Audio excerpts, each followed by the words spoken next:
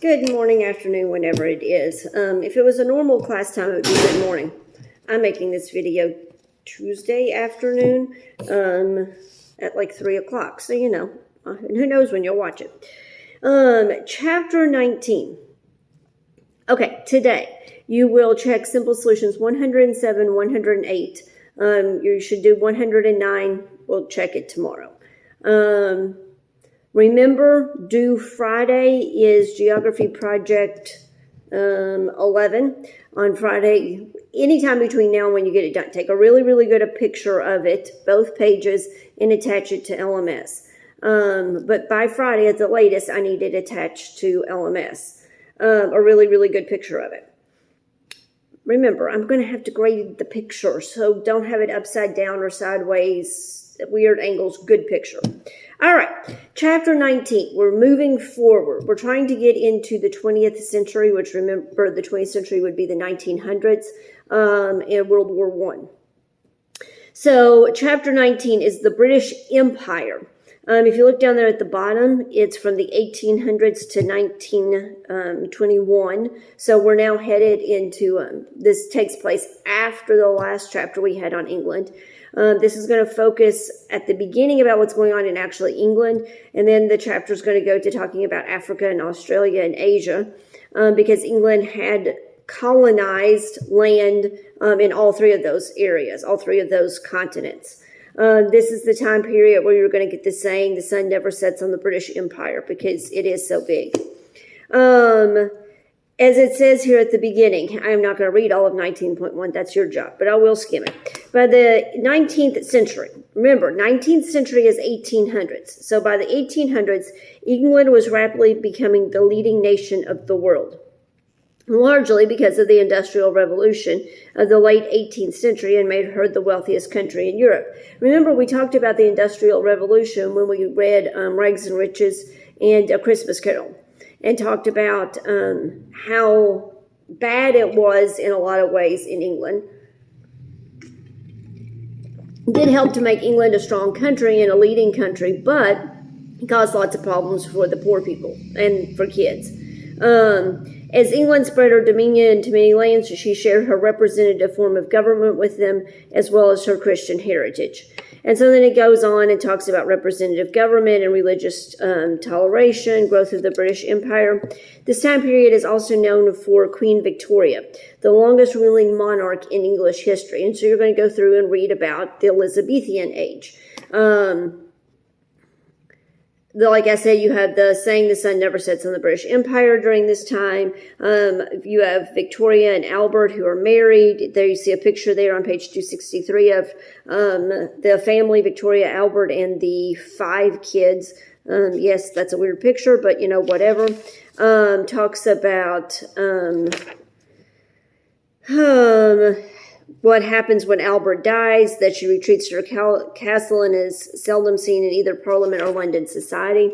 It remained for another man, much like Albert, to help her face her new life. Benjamin Disraeli, perhaps more than any other prime minister, was especially regarded by Victoria. This is the time where everything's now kind of been firmly established, that England is going to be a constitutional monarchy. They are going to have a prime minister. They are going to have a parliament. They are going to have a queen. And so then talks about the secret of England's greatness, which would be the Bible. Victoria, symbol of the nation. Progress toward democracy. Basically, the first part of 19.1 is talking about Victoria, what a good queen she was, and all that kind of stuff. Progress toward democracy. In the 1850s, Parliament was divided into 2 parties called the Liberals and the Conservatives. This is sounding familiar.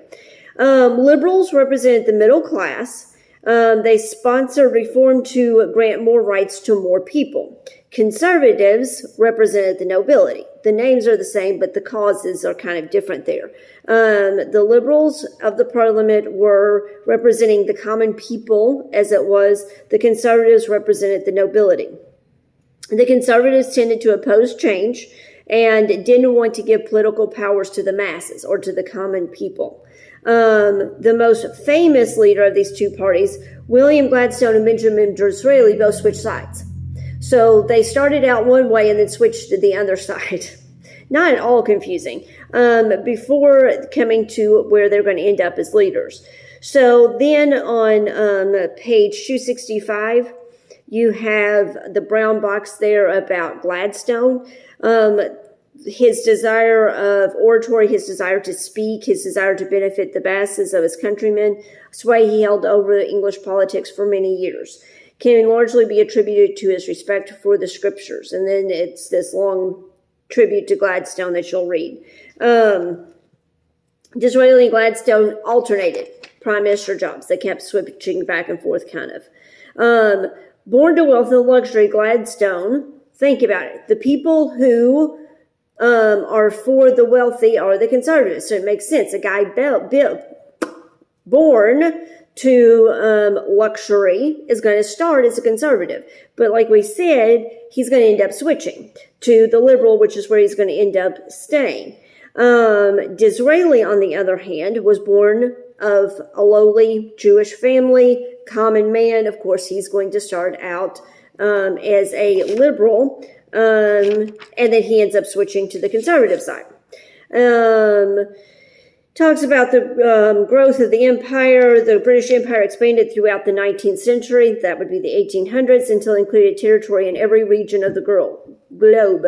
Between 1880 and 1900, great age of British imperialism, it's going to get huge. And then it talks about the reasons for expansion: gold, God, and glory, which is common in most countries when they want to spread out. Christian countries, when they want to spread out, they want to money, that's the gold. They want to be missionaries, and then they want glory for their country. Page 266, religious issues. We've heard enough about religious issues, and it's still going to be an issue. During the 19th century, the Irish question caused many debates in England. Key issue preventing peace between England and Ireland has always been religion. Ireland is Catholic and England is Protestant since King Henry VIII. Much of the bloodshed over the centuries has been because of this conflict between the Catholic Irish Catholics, and English. And so read that 10 box there on page 266, 267, talking about all the issues between Ireland and England and religion. And then you see their independence, even the Commonwealth status didn't satisfy people in the Irish Free State. And so finally it splits. Today, Ireland and Northern Ireland continue to differ on certain issues, and both have shaky relations with England. And like I said, you'll read all of that. So that's just a quick summing up, me kind of pointing out some of the important things, but you need to go through and read all of 19.1. And I'm not going to make a separate video for tomorrow. 19.2, which is what you will read on Thursday. Got to keep my dates straight. What you will read on Thursday is Christianity in Victorian England. And so it's still talking about this time period with Queen Victoria as the leader. You're going to read about George Mueller. Really good story about George Mueller. If you want to learn about him in a funny way, is the Veggie Tales of George Mueller. You can just Google Veggie Tales George Mueller. And it's also the one that's like a little short story at the beginning of Gideon. But it's pretty factual for VeggieTale. Salvation Army with William Booth. Claire Barden with the American Red Cross. Dunant with the Red Cross and the European official Red Cross that started in Switzerland. And then as part of the Geneva Convention, because of course Switzerland is known for its neutrality. You got the YMCA, you got your great preachers, some of which preachers today still read their stuff and get some ideas for their sermons and stuff. Spurgeon being one of them. So that's 19.1, 19.2. Like I said, today you'll read 19.1, tomorrow you'll read 19.2. But we're going to make a separate video for tomorrow. So I will see you on Friday. But you will have assignments tomorrow. You have assignments today. Don't forget literature either. And Bible. And remember, you got to watch the videos for Bible. So see you later.